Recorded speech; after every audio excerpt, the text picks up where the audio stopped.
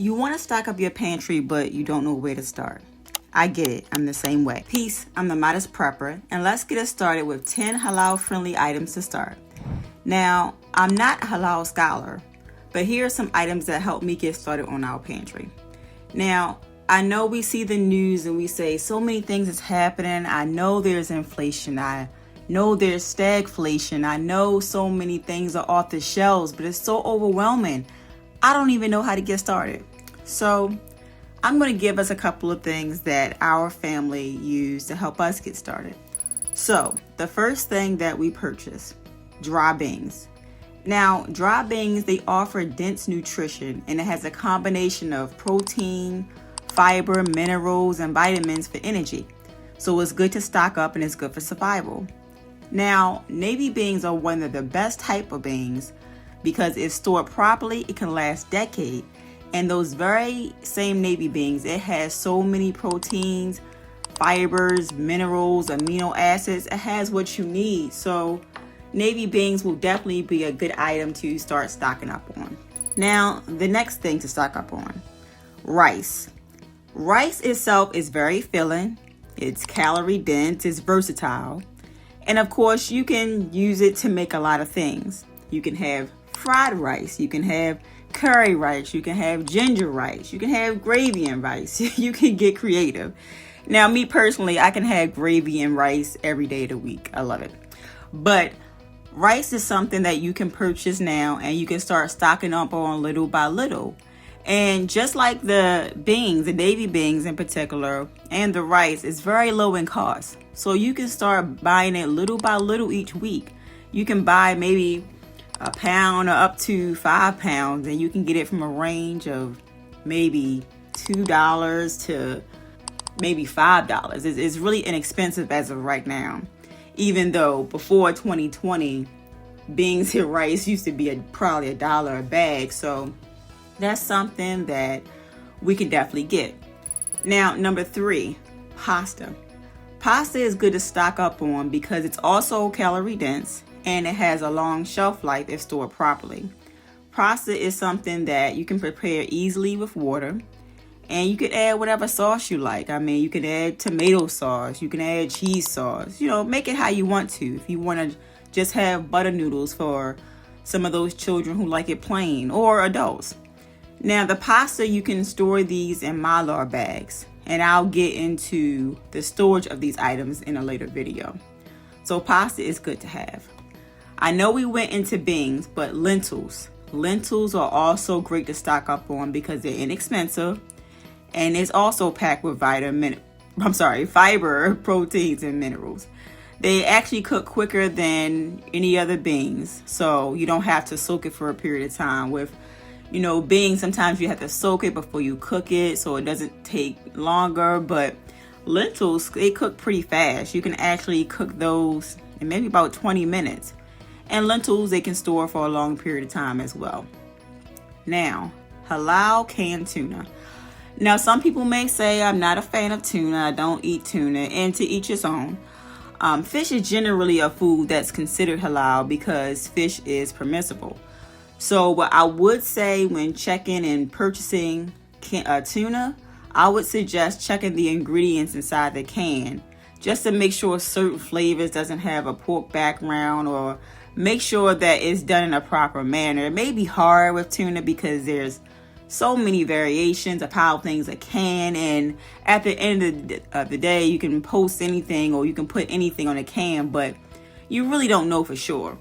But this is an option if you want to have it for your home.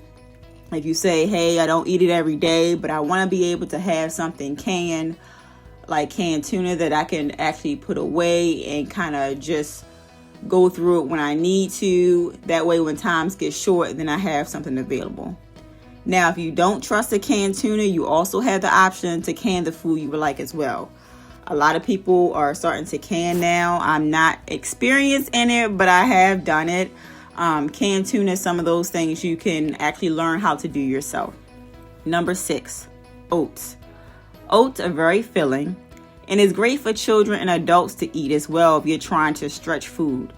And I would say, a lot of us who live in the U.S., most of us really don't know what famine feels like, what it looks like, and how our stomachs can go without food. There was a report I seen that even homeless people in the U.S. eat. So a lot of us are not familiar of what famine is. A lot of us are familiar from the days of the Great Depression. So during times of famine, eating all day is not wise, because you don't want to keep going through your inventory and then you have nothing and then you can't get food as fast. So you want to make sure you have oats available. And oats is something that it's very filling and it lasts a long time until you wait till your next meal, especially for the children, because a lot of our children, and not just children, adults as well, we tend to eat, and even if we eat maybe once a day, we snack in between. So we're always putting something on our tongue, right? And I would say, during COVID, I know for my family, I'm not speaking for everyone else, but COVID was a time that I really had to work on taming my tongue because we were home all the time.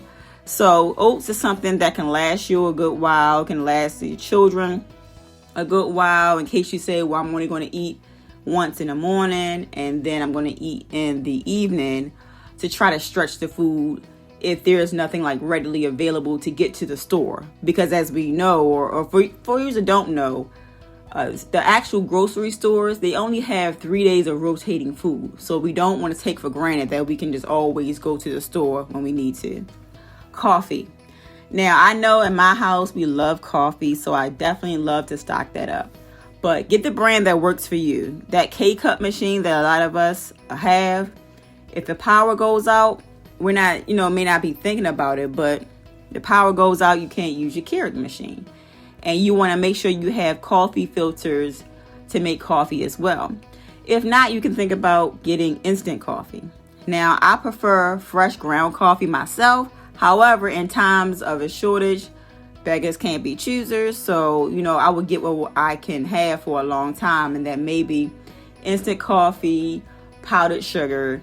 I'm sorry, not powdered sugar, powdered creamer. I'm not a fan of it, but you do what you have. Number 8, broth. Now, I don't hear a lot of people mentioning this when stocking up. It's a great option to keep food flavorful. Because even if food is, far in between, you still want to have some flavor. So the quality of life is really important. And it's one of the best options, at least for me, because you can actually can your own broth because you know what you put in it. Now, you can actually purchase it. Other options, whatever works best for you. You can purchase vegetable broth, chicken broth, or if you would like to store it, in a powdered form, it's good to store for a long time as well. And then you can store it in Mylar bags. However, again, if you do purchase it from the store, make sure you check the ingredients to make sure it works. Dates. That's number 9. So I mentioned dates in particular because it has a high source of fiber, potassium, calcium, and magnesium. And dates also boost energy, support brain health, and reduce cell damage. You can keep dates in an airtight container from weeks to months. And dates is really an important item that if you can, we can stock it up. I know that's one of the things we partake in. Of course, during a year, you can eat dates how you choose. But during Ramadan, when you go from fasting a long time and you eat a date, it's a way to help increase your blood sugar. So dates is definitely a great option to stock up as well, especially if you may be fasting for a long time, not willingly, due to what's going on in the world.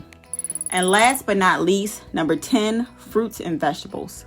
Now, during this time, you want to practice gardening. I would say so. I'm not an avid gardener. I'm kind of going into it little by little, learning as I go. But fruits and vegetables, whichever kind, you can store up is whatever your family consumes.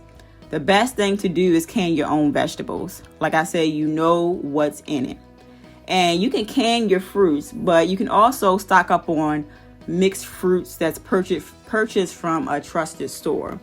So you can have that as well. So those are my 10 items I would say to start off with.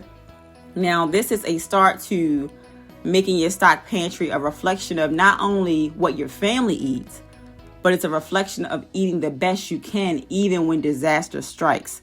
Because like I said in my first video, if you get sick, if you get food poisoning, and if you've never had food poisoning, I am here to tell you, oh my God, it is not recommended, okay? It is 0 out of 10, do not recommend. And it's really hard, especially if you don't have any medications or ginger or anything to get you through having a food poisoning. So you want to reduce that risk as much as you can.